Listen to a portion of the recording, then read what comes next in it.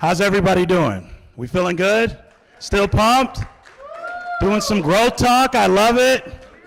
Hello. Peer group A. Oh, I'm not starting that again.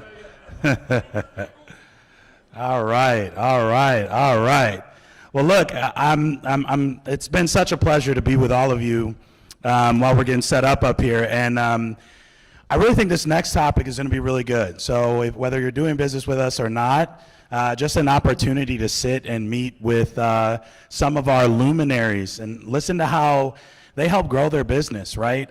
So I'd like to welcome them up.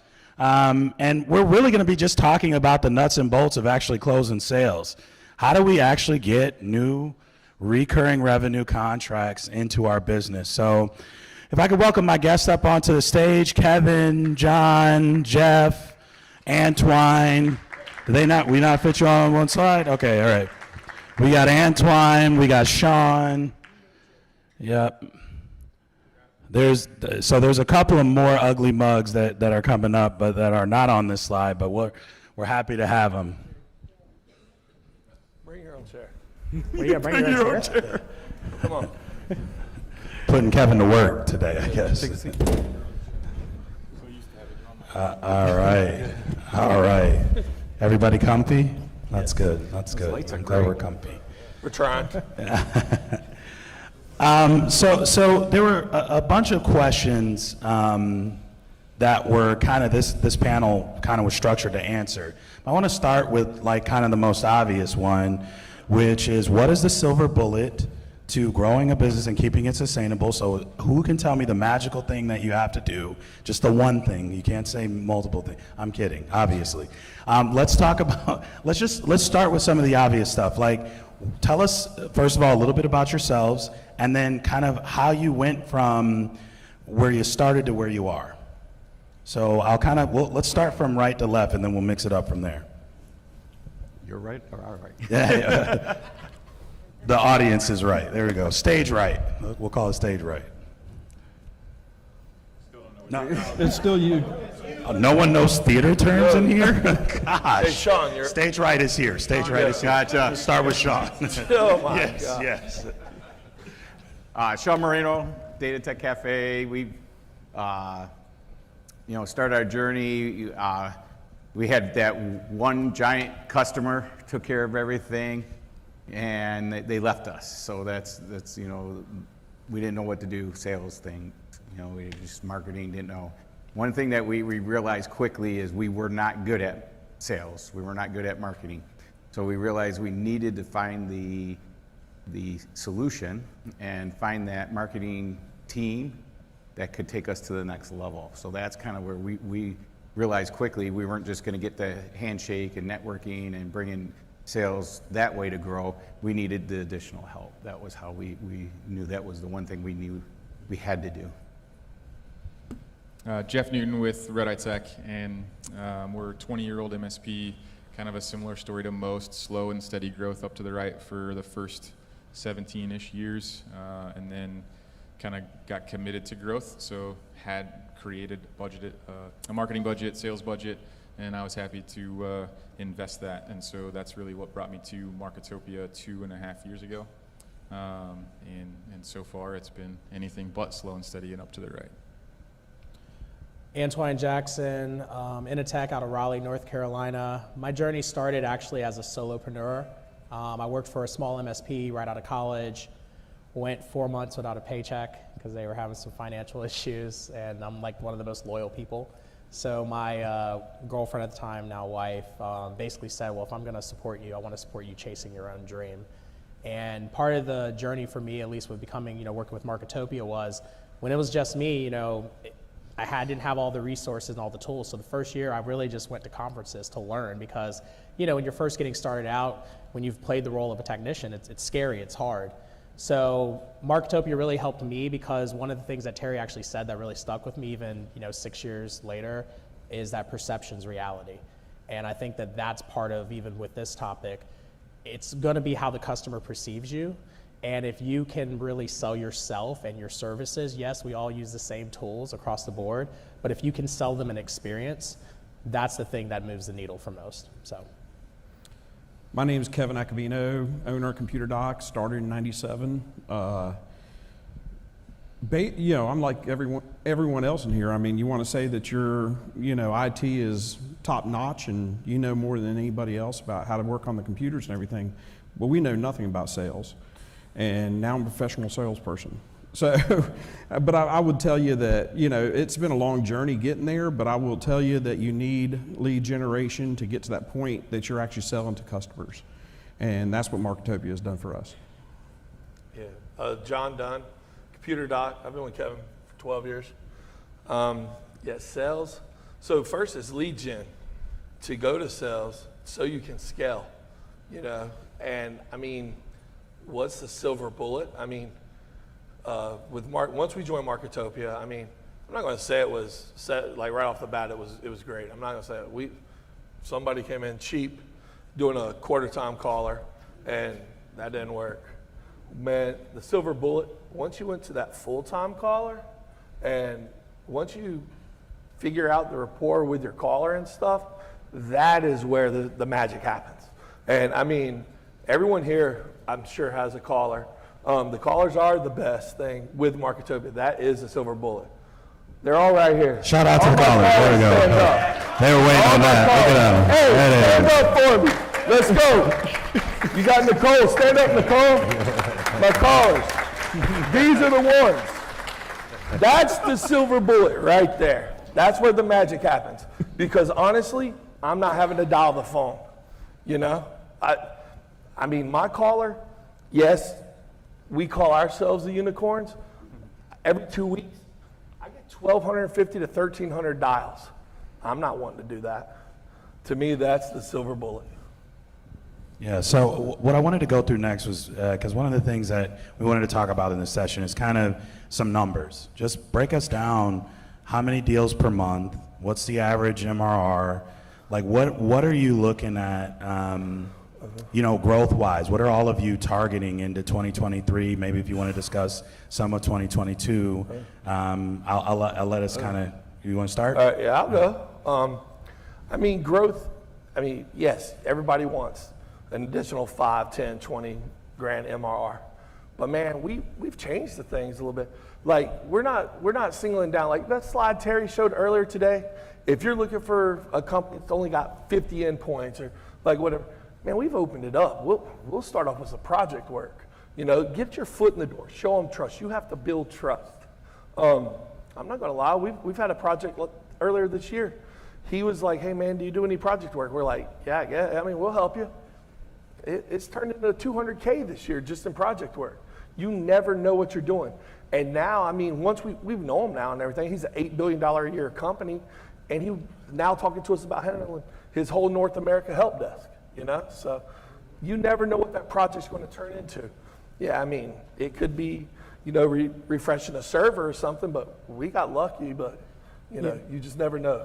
Yeah, I think you have to make the most of every opportunity, right? So, you know, you may get an opportunity where you're only selling Office 365 seats, or right, or you're making revenue just on endpoints. But I think it's how you foster those relationships and how you continue to nurture them, just like, you know, you're nurturing a lead.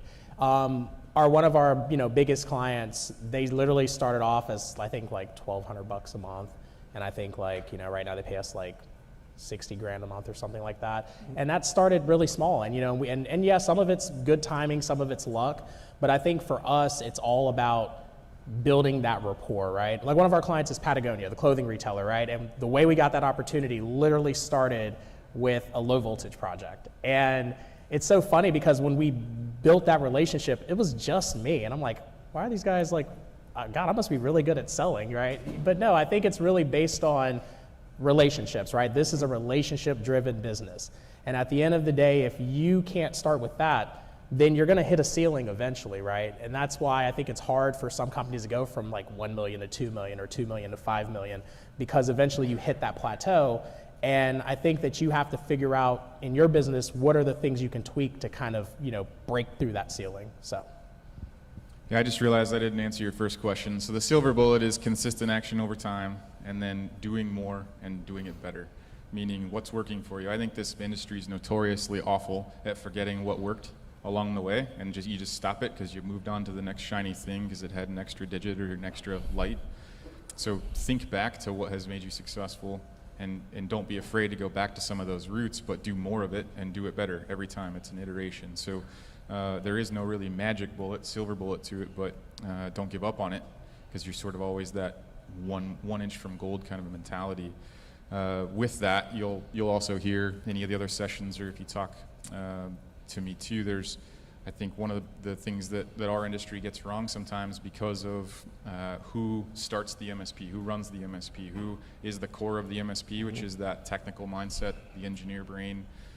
They just look at the world differently than sales does. And so the transition from order taking to professional sales and selling is a giant chasm that certain minds have to completely learn or unlearn, to say it better, a totally different way to approach it. And so it really is a matter of get more at-bats, as many as you can, be humble enough to take it on the chin, and be willing to learn and grow along the way, and just never give up in that regard, because we look at it, we'll coach to the fact that, do whatever you can to give yourself the opportunity to get to the next step, right? It's never about the beginning to the end right away. And if you're the one taking yourself out because of your own sort of fixed mindset, then you can't achieve the kinds of numbers that are definitely achievable, because we're all doing it and have done it.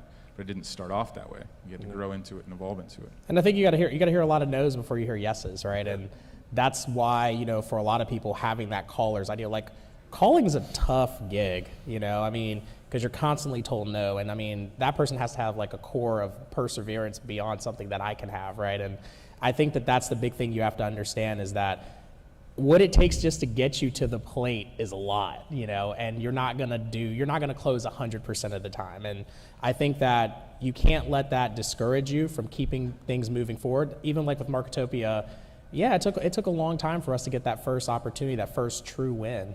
And I think that if you start looking at marketing, sales, all these different processes and all these great vendors out here as a tool to get you to the destination, you have to change that mindset. You can't immediately think, well, what's going to be my, return on investment? That's going to come with time if you trust the process. Yeah. But you have to be willing to be all in, and you have to have the stomach for the good, the bad, the ugly, the shit days, the great days.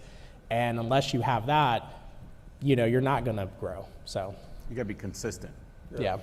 You got to stay consistent. You got to look at the sheet that Terry gave us at the beginning, put in your numbers, figure it out what you need, and be consistent and work towards that every month. Look at that goal. Did you meet it? Why didn't you meet it? Where is the pond full? Is your caller getting you enough to even give our sales guys the opportunity to fish? Things like that. So it's, our number is different than all their numbers. But again, we're looking at that sheet and seeing where we want to be in 10 years and breaking it all the way down. So one of the things I just want to comment on that you guys mentioned that I think is super important is that oftentimes we can, and I think both of you two kind of mentioned this, and then you talked about consistency, but it's kind of like, luck is just opportunity, and I forget exactly what the phrase is, but it's opportunity and hard work mixed together. And so what's interesting about what you've all said up here is it's the consistency of action that can be misattributed to luck. We do something consistently, we're working hard consistently, we're making the dials consistently, we're engaging with Marketopia, doing all of these things, and then all of a sudden a Patagonia shows up in our front door. And how did that happen, right? The reality is it happened because of something we were doing and that we were doing consistently.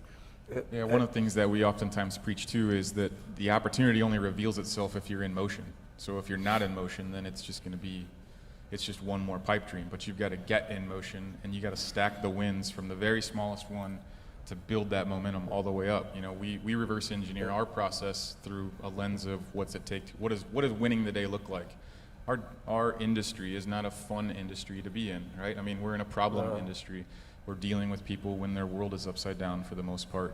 So how can you reverse engineer a culture of winning to really make it a positive experience and something that everyone in the organization is motivated to show up and do that? The litmus test for that is when sales walks into ops, and says, hey, or they ring the bell, does everyone look like they just got punched in the stomach? Or is everyone celebrating because like they have the opportunity to service that net new client? If it's like most MSPs, you look at their faces and every engineer's like ready to flay the sales guy and quarter him. But you know, you got to flip that culture too. But it's something you have to be intentional about. That doesn't come overnight. Yeah, and I'd like to just say, you can't let your emotions get in the way, you know? No, it doesn't really mean no, it just means not right now. You know, that's if you just build off that and just, if you sit here and say, they don't want me, boom, yeah, you're not gonna grow. But I mean, you just keep striving and striving. I mean, you know. Our sales process evolves every single time we get on that Teams call, or every single time we sit down with that customer. And one thing that when we get finished is me and him will debrief at the end. You know, what went really good? What went really bad? You know, oh, we'll never do that again. Oh, you know, man, that really piqued their interest. You know, it kept us in the game, you know. Yeah. And so that's something that's really important is, you know, keep your sales process, you know, evolving and looking for the things that are working best for you, and then take out the things that just didn't work so great. Yeah, we don't just do the same sales process over and over. I don't want to say we shoot from the hip, but I mean, we do have a little bit of a process, but it's ever changing. It's never, you know, just repetitive. Well, I think you also have to be honest with yourself too and hold yourself accountable. I mean, I think one of the misconceptions we have as MSPs is we're like, oh, I'm a closer. Well, that was a referral. Like that was your brother's uncle's cousin that you knew, right? So you have to understand the difference between, you know, a referral lead, which is going to be someone that you've already broken through that window of trust, and then someone who doesn't know you from Adam, which is ice cold, right? Yeah. And that's when you really get a taste of reality, because closing those type of opportunities is challenging, especially if you're competing against others. So you have to kind of figure out what your identity is. You know, are you a tech company? Are you a people company? Is it your core values that drive you? And that's different for each person because each market's different. Yeah. You know, I know, like, you know, some vendors like to say, well, you know, your all-in seat price should be X. Well, that's not true, you know, depending on what market you sit in. So those are things that you kind of have to figure out on your own, and you have to understand and figure out what your identity is, right? And I know a lot of times, you know, us as MSPs, when we start taking out the measuring stick, well, how many endpoints do you manage, or what's your MRR, you know, you kind of have to figure out what is the thing that sets you apart from me, or what is the thing that sets you apart from your neighbor, and take that one thing and really harness that and make that part of your messaging.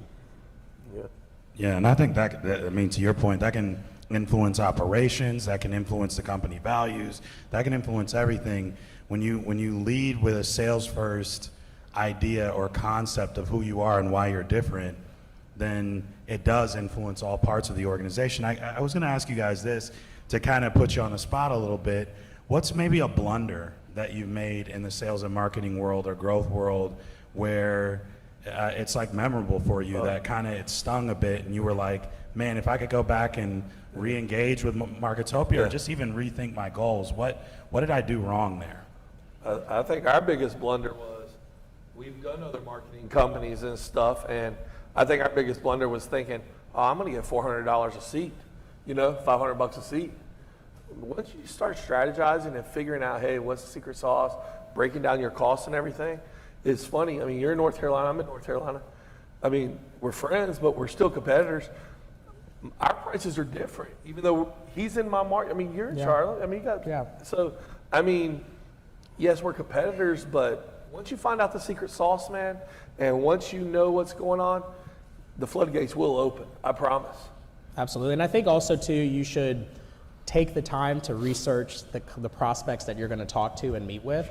Like, and I'm not just saying skim the website, like really try to understand their industry, because sometimes the difference between you and another person competing against you is who is the true subject matter expert, right? Whether it's construction, healthcare, and those are the things that truly will differentiate you and help you in some cases win opportunities that might seem impossible. One of our biggest blunders was, you know, we were so focused on winning that we would make bad deals just to win, right? So we would undervalue our service and undersell our service. And let me tell you, that is a tough genie to put back into the bottle. We're still fixing those mistakes of yesterday. So I really think that you have to figure out what your value is. And the more mature companies, the companies that you can do a $40,000 a month MRR deal with, at that point, they don't really care about the price. They care about the experience. They care about feeling like I'm working with someone who knows what they're doing. And that's the thing, if you come in super low in those cases, you're gonna get immediately weeded out, because that right there shows a lack of maturity in your business. So those are things that you kind of have to, you can't go one extreme or the other. You just kind of have to find that balance between those two different ideologies. So. What peer review it again? Oh man, I think is it A for awesome? I don't. That's why you missed this whole yesterday. It just got real. Like, basically, it stopped being a panel. It was a peer group fight. I thought something was going to happen. Hey, but You know, the biggest blunder that goes back to consistency. One of the things that we had was we had a great lead. It was someone who knew someone, and we assumed it, right? We didn't follow the sales process. We just assumed that was ours. We didn't have to worry about it, and it was a large lead. 3 locations, over 150 endpoints, a bunch of cybersecurity, and we just assumed because of the relationship was there, we didn't have to follow the sales process. You got to follow the sales process. Got to follow the consistency. We lost the deal because they were tired waiting for us. We just, oh yeah, we'll get to you. Yeah, we know you're there. No, we should have followed the sales process. Anything you want to add there, Joe? Yeah, in my experience, so I've done MSP for 16 years at 5 different MSPs, but I think the notion is the same across them all, is that what got you here won't get you there, right? So one of the things that is different when you are pursuing growth is most MSPs are accustomed to that referral lead. And that whole process of the sales process and the close is drastically different than outbound lead generation. So when we adopted the outbound, we had to really retool the sales process to create the appropriate on-ramp for the journey of that buyer, because it's fundamentally different than Joe's uncle's brother's sister who already knows they're going to take or choose you so long as you give them a quote, if you get that far. So really it's more or less that. You really just have to understand that there is a difference between the buyer's buying process and the seller's selling process, and you have to be willing to adjust to accommodate to that.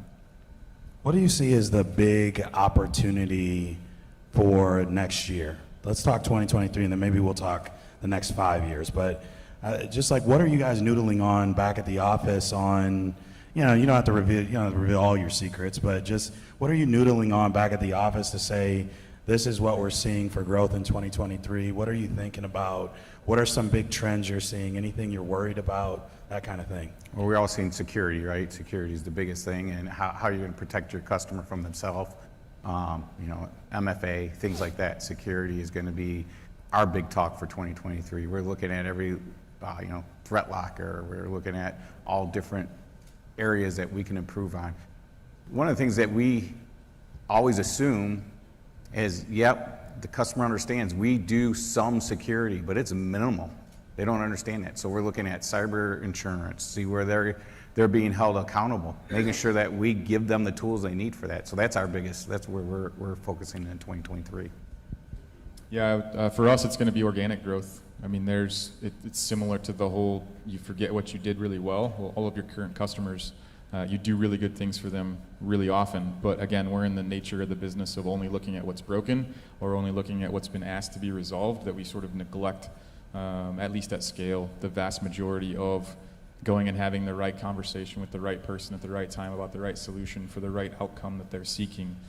So we're really going to be doubled down on ensuring that all of that is in order, and continue to go down that path, because the net new, the acquisition side of new logos isn't really a problem anymore. So now it's just a matter of making sure that everything sort of maintains the waterline as it raises up. Yeah, I think for us it's security and compliance as a service. I think those two things are going to be big drivers, especially with accountability from insurance. I also think that even though some would say we're in a recession right now, and we don't know how bad it's going to be next year, I feel like if you're not making the pivot to security, you're going to have some rough times next year. And the thing that we really have to change as an industry is, when things get financially bad for an organization, they have to stop thinking that they can cut IT, because That's as essential as power to your building. That's as essential as internet to your building. And security, you have to lead with security, because no one wants to say they want to be less secure. And I think that that's the low-hanging fruit that everybody should be eating from, truthfully. So. I'm going to pivot a little bit. I think customer service is very important. I think too many times we're getting these calls and they've got an MSP, but they rate them a 5 or 6 out of 10. You know, they've dropped their tool stack on them and everything, but when they call, nobody's there to support them. And one thing that we want to stress with our existing customers is you pick up the phone, call us. We're going to be available. We're going to talk to you. We're going to work through it with you. And I think that too many times a lot of MSPs, maybe they feel like, you know, maybe they're not making enough, you know, per endpoint or something to really give them the proper customer service support. And so, I mean, even if it's not, you know, just really just taking care of something, just reaching out to the customers and really making them feel like they're special, every single one of them. Because if you're not going to make them feel special, I'll make them feel special. I'll take your customer. And we try to take every customer. No, I mean, like they said earlier, I think it was Antoine that said, basically, get to know your customer before you talk to them and stuff. I do my research, you know. Luckily, our caller, she'll put things down like, hey, this guy graduated from, you know, Florida State, or, you know, so we get little tidbits from her. She finds out little things here and there. But one thing we're trying to go for is like larger customers. Don't be scared to go after them, you know. I mean, we got a green sheet the other day, 11,000 endpoints. We're not scared. We're going to get it too. Shout out to that. Woo. Let's make that money, John. That's not the Get me first, involved. but that's Yeah, not the Texas. first green sheet that's been 10K plus for us. I mean, we'll go get it. So, as far as one of the things we wanted to talk about, and we've got about 3 minutes left here. So I think one of the things I kind of wanted to wrap out with is what kind of got you into, I think, telling some origin stories here, and then what's some outlook stuff as far as what you want to do with the business? What's next for where you want to grow? I know I mean, to the extent you want to share, you know, is this a retirement thing? Is this what are you looking to do? What's your outlook? And then kind of maybe share that with the crowd here. I can tell you what I want to do. You know, next 10 years, I got 2 young grandchildren that I want to be able to be around. So 10 years, I want out. I want to figure out, how do I get there? How do I get to that 10X? Where, you know, and that is turning my whole business model around, you know, looking at some different things. Before I had 25 help desk people. Now I'm down to 4 and I'm doing some other things. It's really understanding how I can take that and grow quickly in the next 10 years. Yep. We're trying to just build a legacy where we can continue to do what we love to do, which is help people, and help people. So externally, it's continue to grow, continue to deliver legendary service, continue to put ourselves in a position to help, to unlock the power of technology for them to achieve their goals. On the inside, that's the same thing, right? Create opportunity for people to advance, create opportunity to keep employees for 10 years, to keep, we were talking with one of the other peers, and I'd love to have his strategy of we want to deliver the dreams of the employees. I mean, that's phenomenal. And we want to really just understand that we have a purpose and we want to play it out. I mean, I think for us, it's, you know, just piggybacking off is providing sustainability for our employees, right? Because at the end of the day, it's the people that make Editech. And I think that that's one of the big things that why, you know, because, you know, I could go take a job somewhere and probably make more money, I feel like, some days. Yeah. And I think that for me, the reason why I do it is because of the lives that I'm impacting. You're changing people's lives by owning a company, right? And you're literally part of what's helping this economy grow. And that's what's rewarding for me. Now I'm 38, so I'm still, you know, very hopeful. So I'm not ready to ride off into the sunset just yet. So, but at some point, you know, maybe my views will change. But for now, at least, it's providing a good quality of life for the people that are behind me. I think my plan is, you know, just growing this business. I mean, I think I'd have to say that I probably could have left a long time ago, made a whole heck of a lot more money than I am now. But I also know I can see the end, and that's what I'm looking for, the retirement.